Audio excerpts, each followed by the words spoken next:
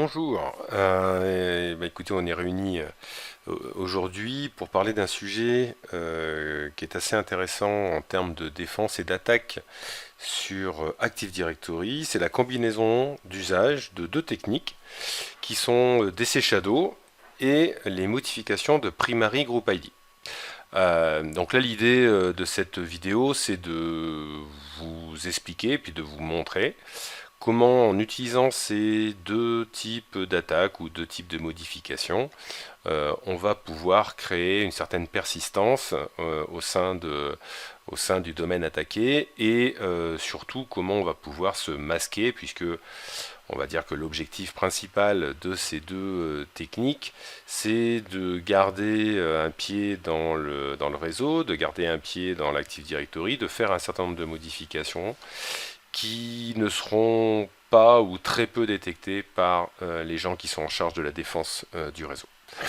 Donc voilà, donc l'idée c'est de faire un petit tour, de vous donner des explications techniques et puis que vous compreniez un petit peu mieux ce qui leur tourne. Alors avant de parler de DC Shadow, on va déjà évoquer un sujet qui est l'attribut Primary Group ID.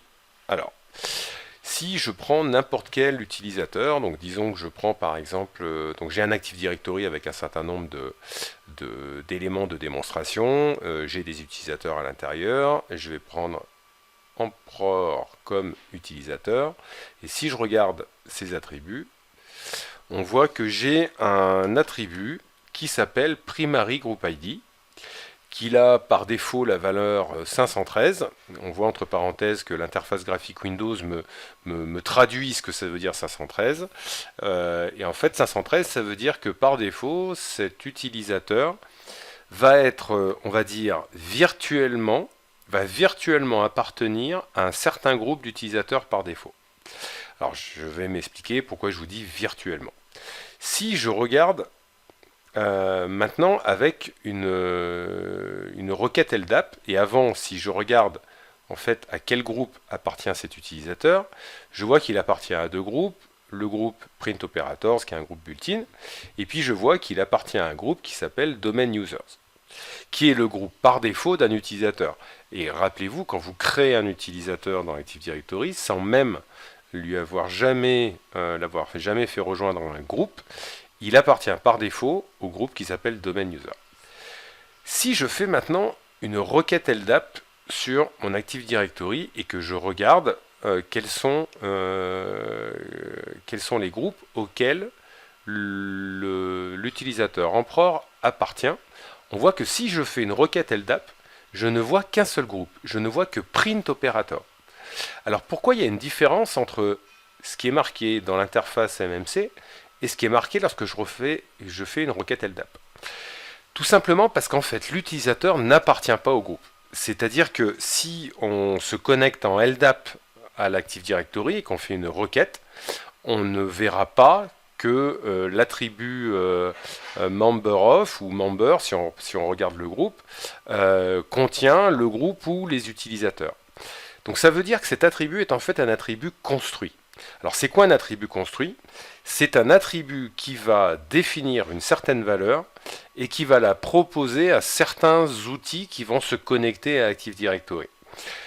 Par exemple, lorsque vous faites une requête netgroup, netuser, ou lorsque vous allez utiliser PowerShell pour interagir avec l'Active Directory, ou même lorsque vous allez utiliser les consoles MMC, ces trois types d'outils vont en fait interpréter la valeur de l'utilisateur, à savoir 513, et vont virtuellement le rajouter au groupe qui s'appelle Domain User, parce qu'il a dans la valeur Primary Group ID 513. Donc l'idée c'est que lorsque vous vous connectez via des outils qui vont en fait passer via les API Microsoft, ceux-ci vont lire cette valeur-là et vont le rajouter, on va dire encore une fois virtuellement, mais en fait techniquement ça s'appelle des attributs construits, au sein d'un groupe. Et bien sûr, lorsque l'utilisateur va s'authentifier, quand il va recevoir son pack, c'est-à-dire et la liste des groupes auxquels il appartient, et ben la construction du token va inclure les groupes qui ont été construits, à savoir ici domain user. Ça veut dire qu'effectivement, d'un point de vue accès, d'un point de vue appartenance à des groupes, quand je regarde le token qui est reçu côté utilisateur sur son poste de travail, et si je décrypte ce qu'il y a à l'intérieur, je vois bien qu'il appartient à deux groupes, d'un point de vue AD, print operator et domain user. Mais d'un point de vue LDAP, il n'appartient pas à ce groupe, parce que c'est un attribut qui est construit et que cette valeur-là, domain user, est en fait rajoutée à la volée lorsque j'ai des outils qui vont utiliser l'Active Directory pour interagir avec. Donc ça, c'est la partie Primary Group ID. Alors en conclusion de cette présentation sur Primary Group ID, on peut se dire mais à quoi ça sert? Alors historiquement, ça sert à avoir en fait une correspondance avec ce qui se fait sous Unix, à savoir l'appartenance à un groupe par défaut. Et ça permet aussi sur Windows, de façon très pratique, de faire appartenir l'utilisateur par défaut à domain users, qui est la valeur par défaut, puisque par défaut, lorsque je crée un user, son attribut primary group ID est mis à la valeur 513. Donc voilà, ça sert à ça sert à faire une compatibilité avec Unix dans certains cas d'usage, et ça sert de façon très pratique à faire appartenir l'utilisateur à un groupe par défaut. Et d'ailleurs, vous pouvez tout à fait modifier cette valeur pour dire maintenant, quand je crée un utilisateur, je ne veux pas qu'il appartienne par défaut à domain user, mais à un autre type de groupe. Donc ça, c'est la partie primary group ID. Maintenant, DC Shadow, c'est quoi? Alors DC Shadow, c'est une technique qui va en gros permettre d'utiliser le flux de réplication Active Directory pour faire des modifications au sein de votre environnement.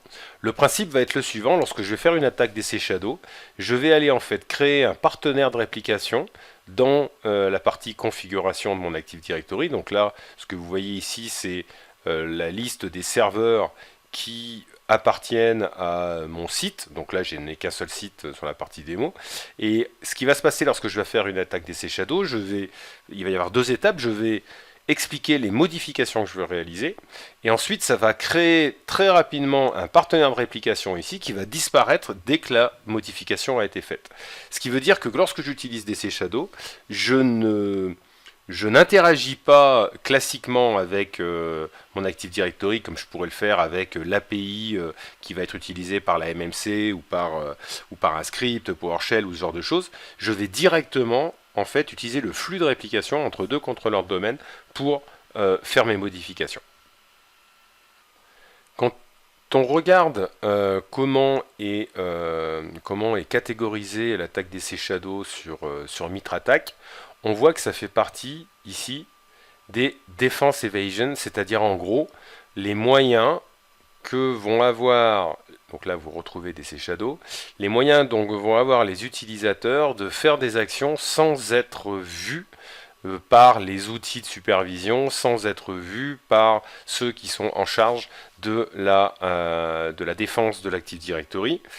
Et ça, effectivement, ça veut dire qu'on va pouvoir faire des actions sans que la plupart des outils de supervision soient capables de détecter les modifications qu'on a faites. Donc, si maintenant on regarde ce qui se passe côté Active Directory. Ici, j'ai fait une requête LDAP que j'ai enregistrée. Donc, juste, je vous montre à quoi ressemble ma requête LDAP. Voilà. Et en fait, je fais une requête pour trouver quels sont les membres d'un groupe bien particulier qui s'appelle Domain Admin. Et le groupe Domain Admin étant un groupe évidemment à pouvoir, un groupe d'administration à pouvoir qui a droit sur la partition de domaine. Et là, je requête en fait pour trouver quels sont les users qui appartiennent à ce groupe.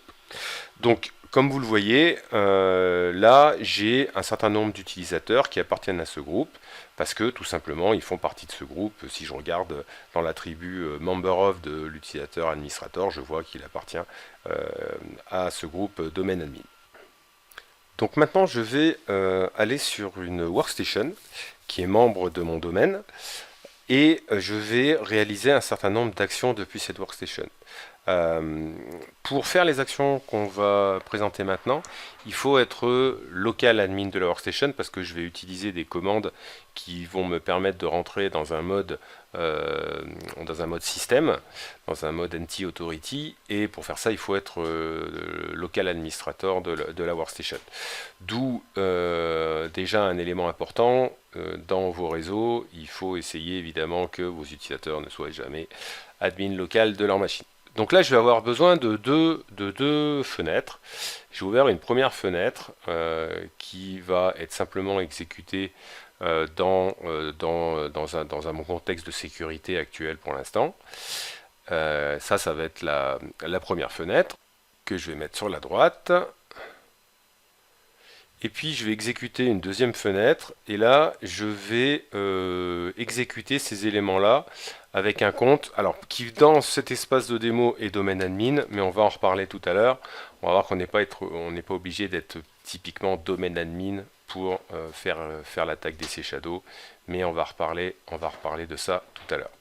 Donc deux fenêtres, fenêtre 1 sur ma gauche, fenêtre 2 sur ma droite, fenêtre 1 je suis domaine admin et fenêtre de droite pour l'instant je ne suis que local admin de ma workstation. Donc maintenant l'idée ça va être de lancer une commande en utilisant tout simplement psexec qui est un outil qu'on peut télécharger sur le site web de Microsoft pour devenir local system de la machine. C'est-à-dire en gros exécuter une fenêtre qui est la fenêtre qui est en vert, avec des droits qui sont l'équivalent des droits machine au niveau de cette fenêtre verte. Donc maintenant, fenêtre 1, domaine admin, fenêtre 2, local admin de ma workstation, avec des droits élevés, puisque je suis, si je vérifie, NT Authority local de ma machine. Donc maintenant on va utiliser dans les deux fenêtres l'outil qui s'appelle Mimikatz que vous connaissez vraisemblablement. Donc j'ai déjà Mimikatz dans ma plateforme. On va aller se mettre dans le bon répertoire. On va faire pareil ici avec la commande qui va bien, histoire d'avoir maintenant l'exécutable à disponibilité. Donc on va rentrer en mode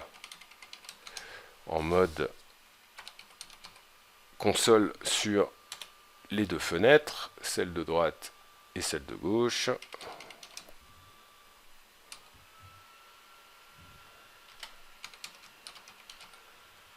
Voilà, donc je suis en mode console des deux côtés et j'ai tout de prêt maintenant pour réaliser l'attaque et avoir la possibilité de faire mon attaque DC Shadow. Donc pour faire l'attaque DC Shadow, on va avoir besoin des deux fenêtres. La fenêtre de droite, on va l'utiliser en fait pour déclarer ce que l'on veut modifier.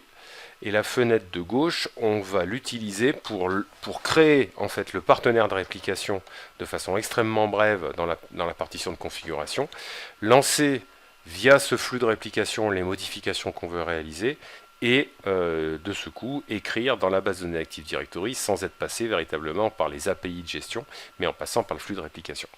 Donc, et c'est là où on va utiliser en fait un mixte entre l'attaque DC Shadow et l'attaque qu'on pourrait faire sur Primary Group ID.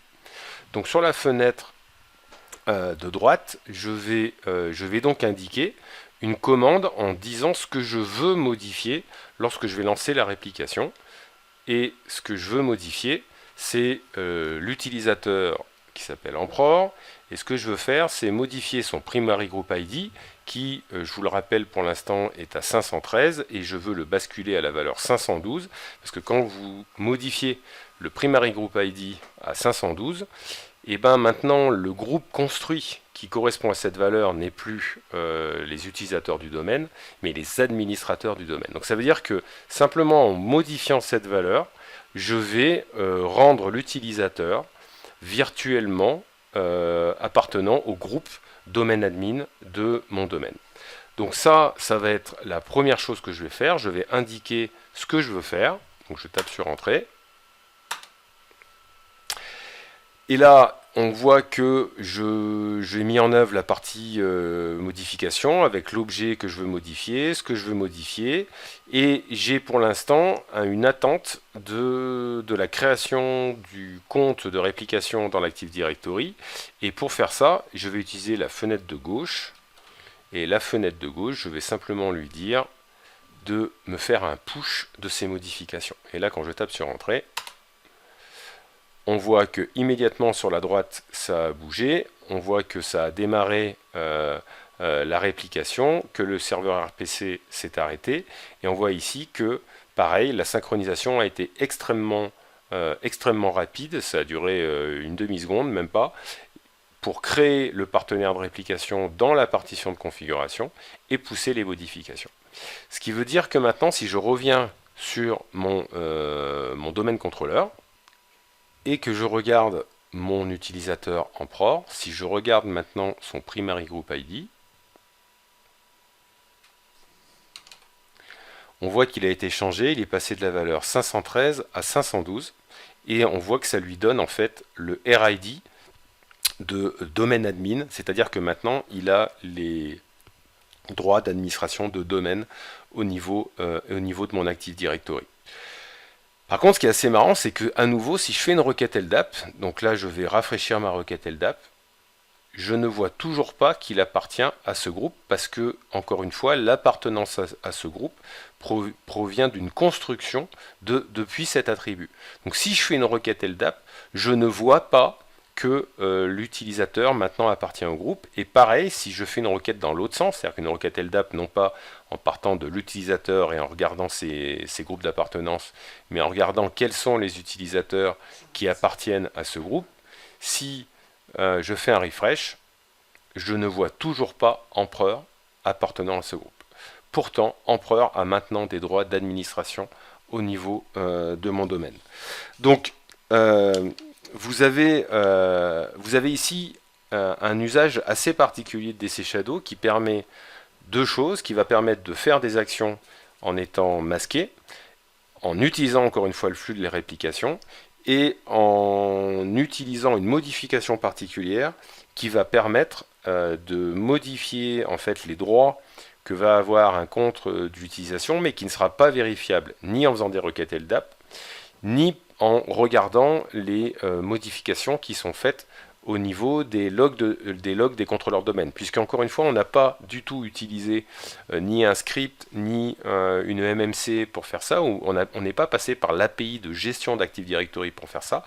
Donc là, les logs sont complètement aveugles, ils ne voient pas que l'Active Directory a maintenant potentiellement un chemin d'attaque particulier.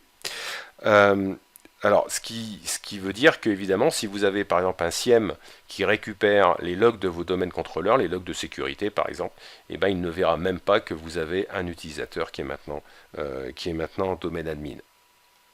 Au niveau des droits nécessaires pour exécuter la commande DC Shadow pour créer le partenaire de réplication et envoyer les modifications, donc moi j'ai fait simple dans ma démo, j'ai pris un compte qui était domaine admin. Encore une fois, cette attaque n'est pas là pour devenir domaine admin, cette attaque est là pour masquer des modifications après l'étape de domaine dominance. Ici, vous avez en fait une URL, donc que je vous montre ici, voilà, sur laquelle vous pouvez télécharger un script PowerShell qui va permettre de marquer les permissions, de déposer les ACE nécessaires en fait pour que derrière le compte auquel vous allez donner ces permissions puisse exécuter la commande DC Shadow et créer le partenaire de réplication et lancer les modifications au niveau d'Active Directory. Donc ça vous permet quand vous faites une vraie attaque de ne pas utiliser un compte directement domaine admin pour faire ça, mais d'avoir un compte avec des privilèges qui sont un petit peu moindres. Alors maintenant, comment Alcide a vu tout ça? Alors, pour rappel, Alcide vous permet de plusieurs éléments vis-à-vis de votre sécurité Active Directory au travers de différentes interfaces qui vont vous montrer en fait les activités pernicieuses qui ont lieu dans votre Active Directory et qui vont vous permettre de mettre en avant des attaques ou des chemins d'attaque particuliers et ça notamment via la notion d'indicateur d'exposition. Donc si je regarde ici, par exemple, je vois que j'ai un nouvel indicateur d'exposition qui est apparu, qui s'appelle Rock Domain Controller, et quand je clique dessus, je vais avoir les éléments déviants, c'est-à-dire les machines qui ont fait cette attaque. Donc là, ça va me permettre en fait d'avoir des détails sur quels sont les objets qui ont été créés dans l'Active Directory au moment de l'attaque DC Shadow. Et c'est notamment comme ça, particulièrement, que je vais pouvoir visualiser ici que cette attaque, en fait, elle a de base été créée depuis la machine qui s'appelle Windows 10 CLI02. C'est la machine que j'ai utilisée tout à l'heure pour déclencher l'attaque. De la même façon, si je regarde au niveau d'un autre élément de la plateforme qui s'appelle le TrailFlow, je vais voir les modifications qui ont été créées au niveau de cette attaque.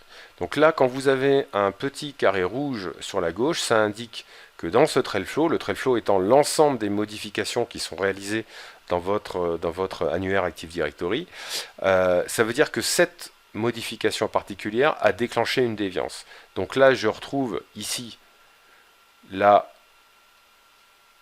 l'attaque DC Shadow, et quand je clique sur cette modification, vous voyez qu'il y a un lien entre l'attaque en elle-même, la modification qui a été réalisée et la déviance qu'on a vue tout à l'heure. Et bien sûr, comme j'ai couplé l'attaque DC Shadow avec une attaque sur l'attribut Primary Group ID, je vais également voir que j'ai une autre déviance liée à cette modification.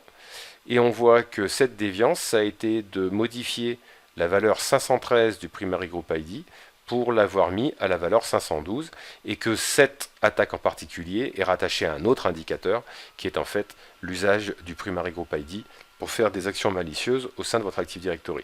Donc vous voyez que en utilisant conjointement deux attaques qui sont à la base complètement différentes, mais qui peuvent être utilisées intelligemment ensemble, et du coup Alcide a remonté l'ensemble des éléments, que ce soit sur la partie DC Shadow que sur la partie Primary Group ID. De la même façon, je vais avoir dans mon panel d'alerte l'ensemble des modifications qui ont été faites et des alertes en fait qui vont être remontées. Ces alertes, vous pouvez, donc là on retrouve les deux alertes ici sur les deux modifications. Ces alertes, vous pouvez également les envoyer à votre SIEM. Donc là j'ai un serveur 6 vol qui me sert d'interface, on va dire de type SIEM, me permettant de faire des présentations. Et là on va retrouver les deux alertes, à savoir la modification du Primary Group ID. Donc là on voit que j'ai une alerte qui est liée à cette modification et qui a été reçue par mon SIEM. Cette alerte est catégorisée comme critique et je vais la voir ici, le code en fait qui est envoyé par Alcide lui indiquant au SIEM que c'est une attaque de type Primary Group ID. De la même façon, je vais également avoir une alerte sur la partie DC Shadow, puisque les deux attaques vont être envoyées au SIEM, et on voit ici que le nom du client qui a été utilisé pour réaliser cette attaque. Alors si vous voulez en fait après avoir typiquement la liste des attaques DC Shadow dans votre domaine qui aurait été renvoyé par Alcide à votre SIEM, bon après ça va dépendre des SIEM, mais vous avez toujours des espèces de filtres qui vous permettent là de voir uniquement les attaques de type DC Shadow. Bon ça après ça va dépendre de l'interface de votre SIEM, mais c'est généralement assez efficace pour faire du threat hunting, en sachant que évidemment je pourrais faire exactement la même chose côté TrailFlow, puisque cette interface permet de faire du threat hunting directement sur les modifs qui ont été réalisés dans l'Active Directory. Côté TrailFlow, si on voulait faire du threat hunting pour voir un peu les activités, une fois qu'on s'est rendu compte qu'il y avait une attaque DC Shadow, s'il n'y en a pas eu d'autres, s'il n'y a pas eu d'autres modifications des partenaires de réplication, on pourrait tout à fait utiliser des commandes nous permettant de trouver l'ensemble des modifications, c'est-à-dire des créations de partenaires de réplication qui ont été réalisés dans le passé. Et on va ici, par exemple, avoir la liste de tous les partenaires applications qui ont été créés dans la partie NTDS Settings. Et là, je vois qu'effectivement, j'ai eu pas mal d'attaques dans les sur les différentes dates. En sachant qu'on peut utiliser soit les expressions qu'on peut taper directement, mais on peut également tout à fait utiliser un outil graphique qui va nous permettre de construire nos requêtes avec un certain nombre de classes d'objets et d'attributs pour faire de la recherche en termes de threat hunting et pour voir en fait l'ensemble des modifications qui ont été réalisées dans ma structure Active Directory. Ce qui est très important de comprendre, c'est que cette attaque DC Shadow ne peut être détectée que si on fait un traitement en temps réel, si on capture en temps réel les modifications qui sont réalisées dans AD, évidemment au niveau des partenaires d'application, mais pas que, parce que ça va nous permettre de traquer en fait la création du partenaire d'application par la commande DC Shadow, mais aussi derrière les modifications qui ont été réalisées au travers du push lié à DC Shadow.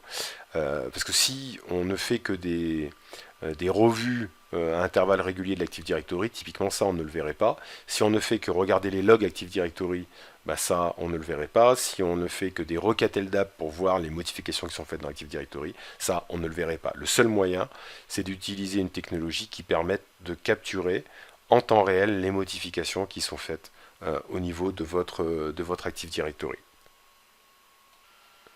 Pour aller plus loin, je vous conseille la lecture de deux éléments. Un premier élément qui est sur le GitHub officiel d'Alcide, qui s'appelle Uncover DC Shadow, dont l'URL est celle-ci.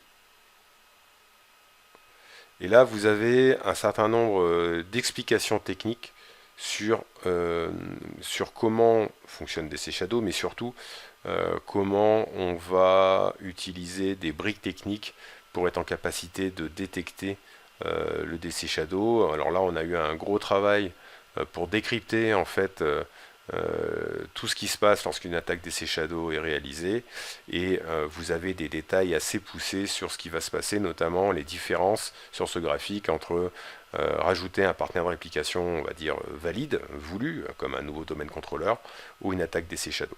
Donc ça vous donnera des éléments techniques complémentaires.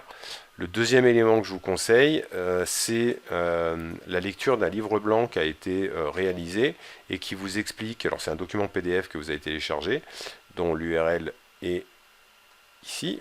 Donc vous allez sur cette URL pour faire la demande de votre livre blanc. Et une fois que vous allez récupérer ce livre blanc, vous avez un certain nombre d'éléments techniques à nouveau vous expliquant ce que c'est que DC Shadow. Donc ça peut servir pour soit tester DC Shadow chez vous, ou aussi avoir des éléments contextuels pour expliquer à votre management ce qu'est DC Shadow et comment ça fonctionne.